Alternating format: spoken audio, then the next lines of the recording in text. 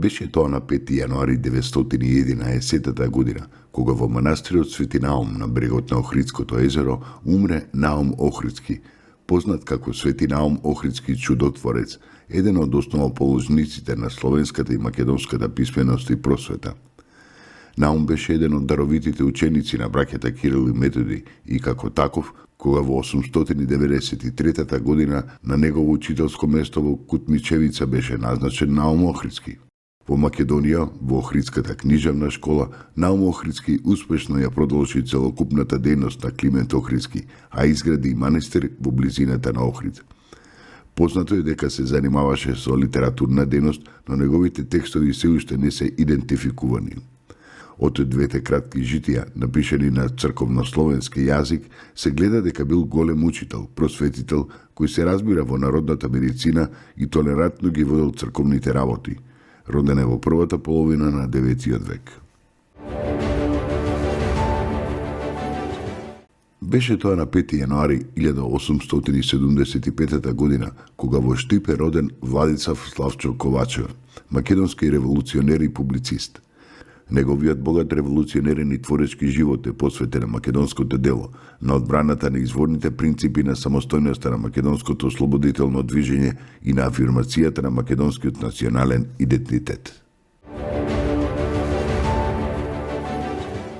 На 5 јануари 1885 година во Софија излезе првиот број на весникот Македонски глас, вестник на македонските емигранти. Прв одговорен уредник беше Христо Томов. Вестникот се застапуваше за борбата против турската власт во Македонија и за примена на член 23 од Берлинскиот договор за автономија на Македонија. Беше тоа на 5 јануари 1915 година, кога е роден Јон Исаја, македонски филмски, театарски и телевизиски глумец. Исаја е роден во Тетово. Тој потекнува од печалбарско семејство, па годините на детството и младоста ги поминал во Романија, каде ја завршил и Театарската академија во Букурешт во 1942 година. Станува член на драмата на Македонскиот народен театар од 1951 па до 1964 година. Кариерата ја продолжува во Драмскиот театар во Скопје, настапувал на филм и телевизија, го негувал сценскиот говор и се залагал за строго психолошко обликување на ликовите. Беше тоа на 5 јануари 1952 година, кога во Скопје во ателијата на Зајчеврид започна снимањето на првиот македонски уметнички филм Фросина. Режисер беше Воислав Нановиќ, а снимател Кирил Билбиловски. Во главните улоги игра Мери Бошкова, Петре Прличко, Илија Джуваликовски, Ацо Јовановски и други. На 5 јануари 1947 година е роден Петре Бакевски, македонски писател, публицист и театарски критичар. Петре Бакевски е роден во Кавадарци, работел како новинар, театарски критичар и уредник. Бил уредник на културната рубрика на вестникот Вечер. Бил директор и главен уредник на Детска радост при новинско-издавачкото предпријатие Нова Македонија. Бил председател на Советот на струшките вечери на поезијата, член на Друштвото на писателите на Македонија од 1974 година. По долго боледување починал во Скопје на 25 август 2001 година на 64 годишна возраст.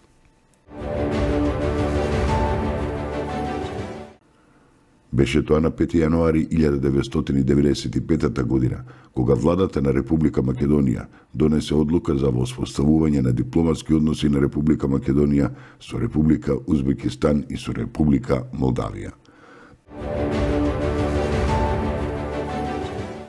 Беше тоа на 5 јануари 2019 година, кога починал Драгослав Шекуларац, поранешен југословенски фудбалер. Истакнат играч на Црвена звезда од Белград, популарниот Шеки бил втора голема звезда по Рајко Митиќ. Веројатно бил еден од најдобрите дриблери во историјата на југословенскиот фудбал. Играл во везен ред, бил постојан член на фудбалската репрезентација на Југославија и во тоа време бил нејзин најдобар поединец.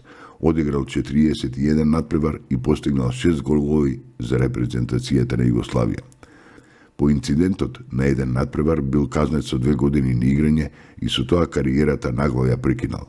најдобар играч на нашите простори на сите времиња, роден е во Штип на 8 ноември 1937 година.